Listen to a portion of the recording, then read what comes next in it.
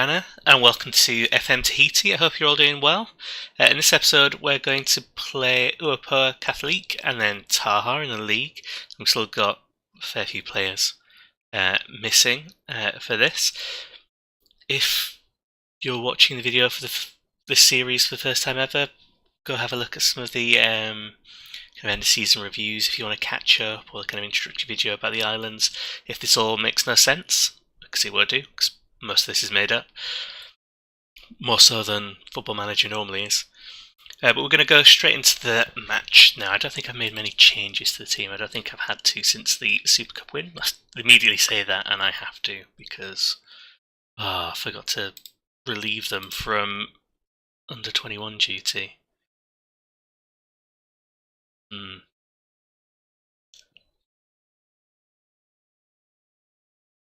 It's far from ideal, isn't it? There we go. Yeah. Never mind. You can recover from this even though we've got a right back playing centre of defence. I guess I could move him over to the right of the centre of defence, but Bolt's happy there. I'd rather have at least one player completely happy. So we're playing Uapoa, so we've gone away to their island with their big new stand, because they had their stadium expanded from their original 500 to 999. They just couldn't afford that last seat to make it a nice round 1,000.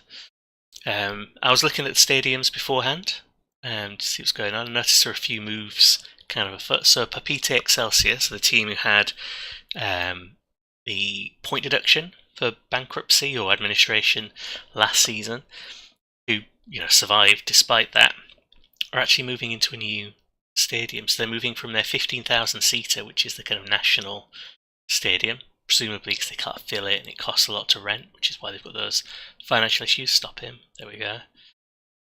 To their new 1,200 Excelsior Stadium. Go on, Gerard, get it through to O'Keefe. Pump your little legs. Back in for one of them. Yeah, O'Keefe's not really the heading kind of player for that. It's the wrong height and strength. End to end. Yes, they're moving into their new stadium. And I noticed a few of the teams have moved back into their new either new stadiums or their kind of like expanded stadiums. A few of them had to relocate.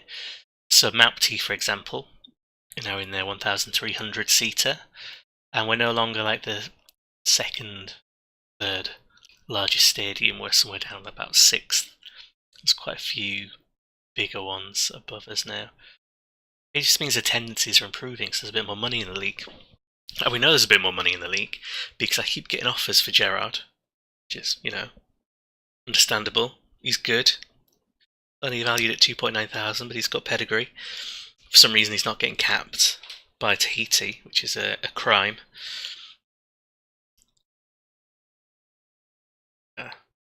And so Maupiti keep putting in bids for him, getting larger and larger. So they started off with nothing. I rejected. I'm going to reject no matter what it goes to, but nothing especially I was going to reject. And then it crept up and up and up, and now they've got to about 35,000 for like the deal as a whole, not outright. Which means Maupiti have got a little bit of money.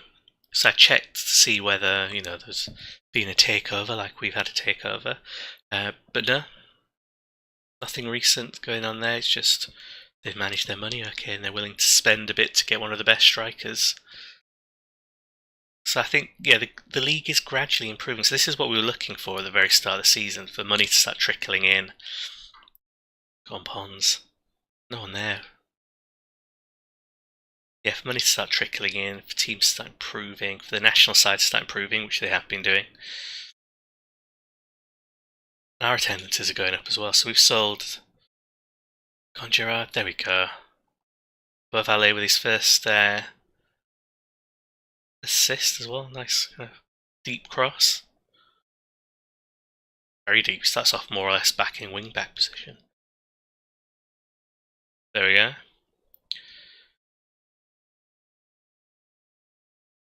So yeah, we sold 320-ish season tickets compared to last season's 220-ish. So it's a sizable increase. I mean, it's obviously helped us that we've won the title. But it means that other teams have been winning the titles have been getting these little boosts as well.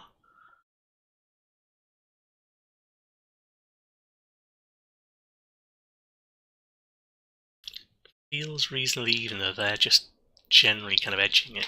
I wouldn't be surprised if we end up drawing this. Don't get complacent. So nobody to really bring on to do anything about that apart from Waite. Bring on Waite, he'll be good. He's the only kind of actual impact sub we've got.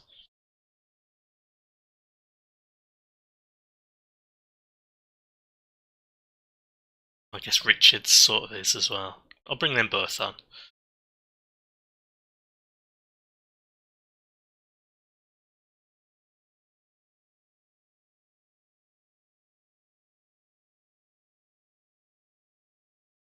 It's an interesting name there. Todica. Marquesson, okay.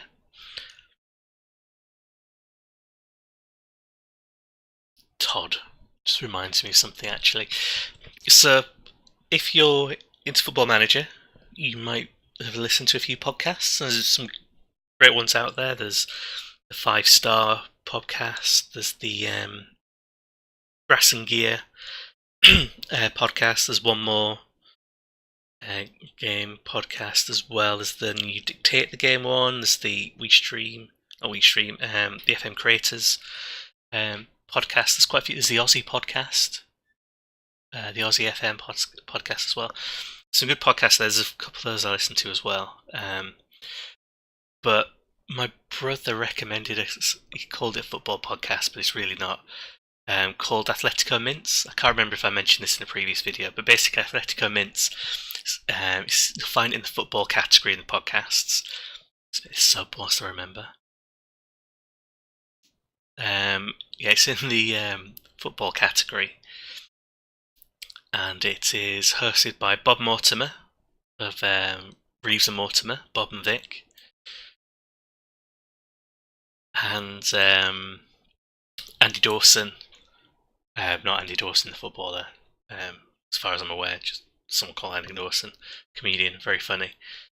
And yes, they speak briefly about things to do with football, very briefly, but it is a very kind of Bob Mortimer, slightly odd podcast, and it is amazing.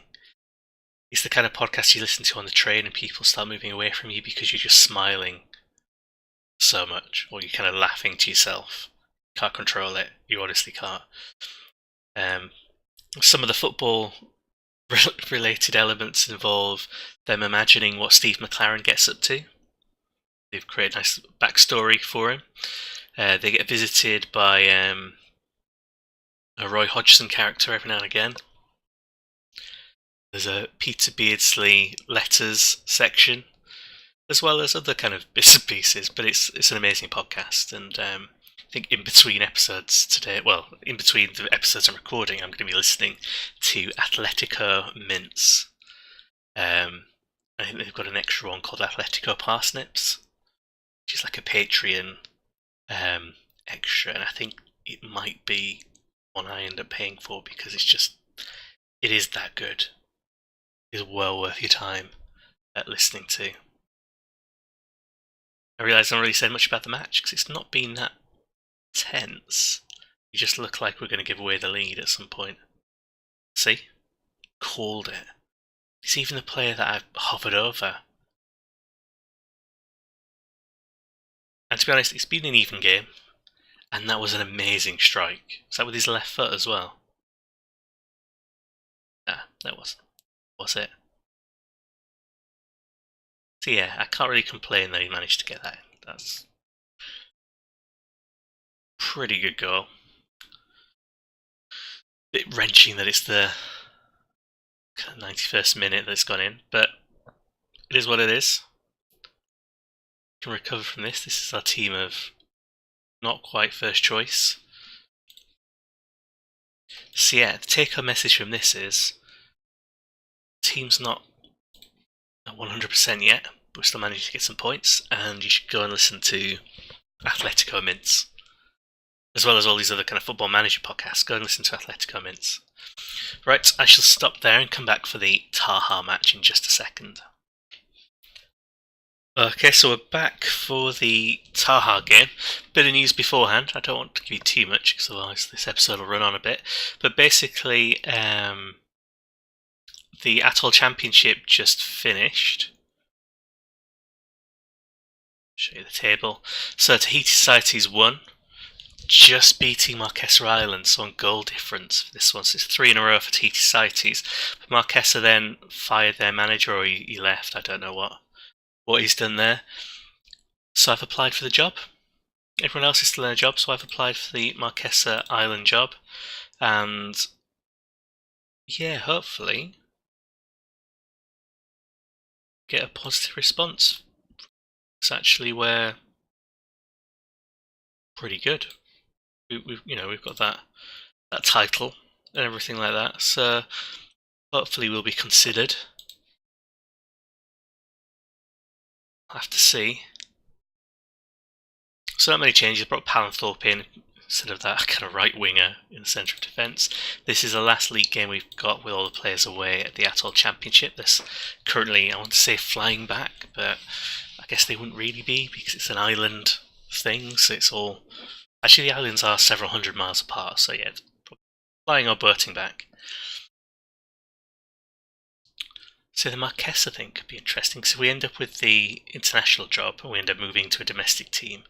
Makes sense then to move to a Marquesan base side. But I still want to go to the Feral Cats or the Terrors or someone like that who aren't actually Marquesan sides.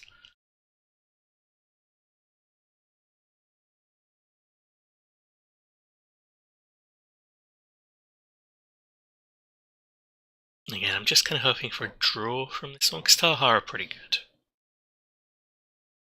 They are a pretty good side. I mean, I hate them for knocking us out of the OCL. Hate them with every fibre of my being. But they are a pretty good side, so a draw with our depleted team would be good. Come on, Gerard. No, let's go for the win. Tell them. Let's make them cry real tears. Long ball again, at its best. Gerard could have passed it, but didn't need to. Hey Gerard, you don't need to. One of the things I've been doing, so first of all, if you're watching this video, you're spending any kind of amount of time on it, whether you've liked it or subscribed or not, thank you very much.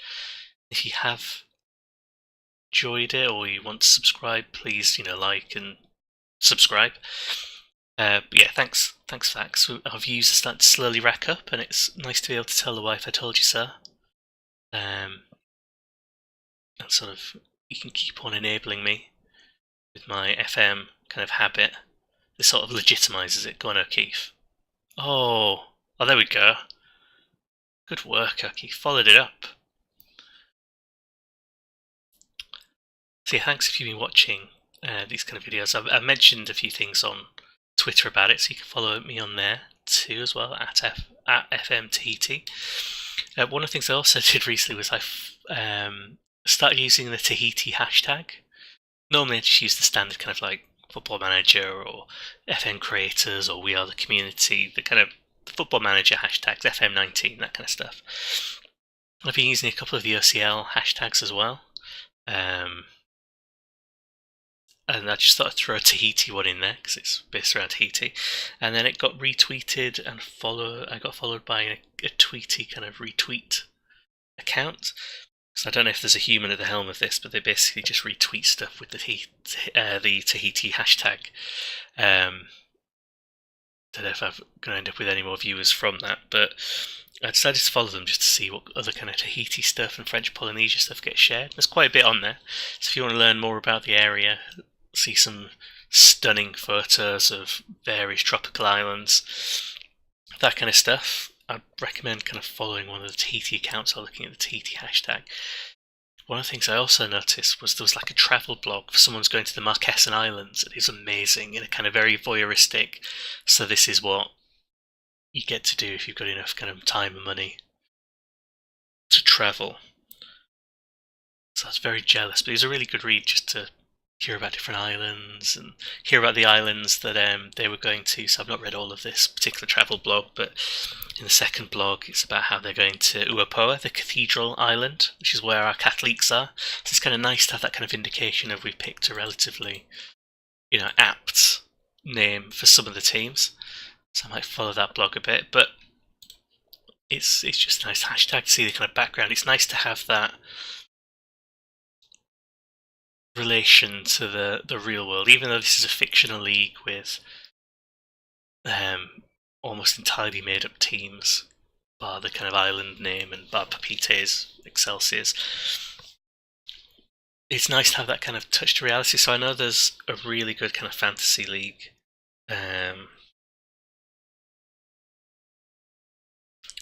I'm mentioning one of the very first set of videos. I can't remember the name of it off the top of my head now, but it's by Loose Moose Gaming. It was Walk the Fork Gaming, but they changed their name. It was originally by What the Fork Gaming.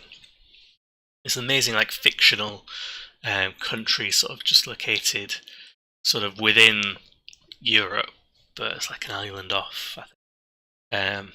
Really well developed, really good backstory, but completely fictional. And I think that one works because it's got the European links, and that you end up playing against if you've played on it or watched any of the videos about it. There's the European teams, there's qualification into Europe. It's got that kind of connection for people. Whereas using the kind of Tahiti blog and looking around at the kind of backstory, we've got that to rely on instead. So let's bring on Manuel to play against Taha, his old sort of side. Brought on Morris for Roach. Let's bring on Wilkinson for Gerard. Just give him a rest because we're 2 goals up. We're not really breaking a sweat. Obviously they're cute, like score a screamer. Yeah.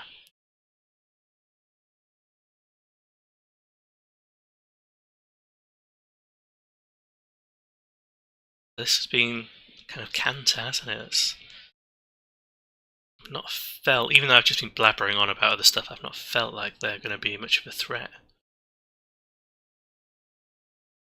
Not had any shots on target yet. I mean, they've had shots, so it's not quite shut out, but it's not bad, is it?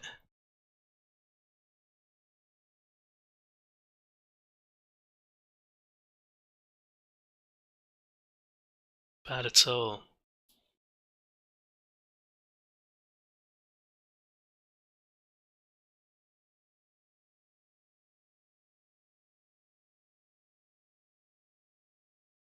There we go. Very happy with that. Beat Taha. I wish we could have done that in the OCL. It would have saved us a season of pining for the OCL title potentially. But there we go. 2 games. 3rd place, not quite maximum points, but a reasonable start considering our team wasn't at full strength. I'm going to play a few more games. So we've got Huahine, these ones. This one I might come back for the Moria and Tetaroa games, or Tetaroa. So we'll see how it goes. I'll just play a bigger chunk before I come back. Thanks very much for watching, as always. I'll see you in the next episode.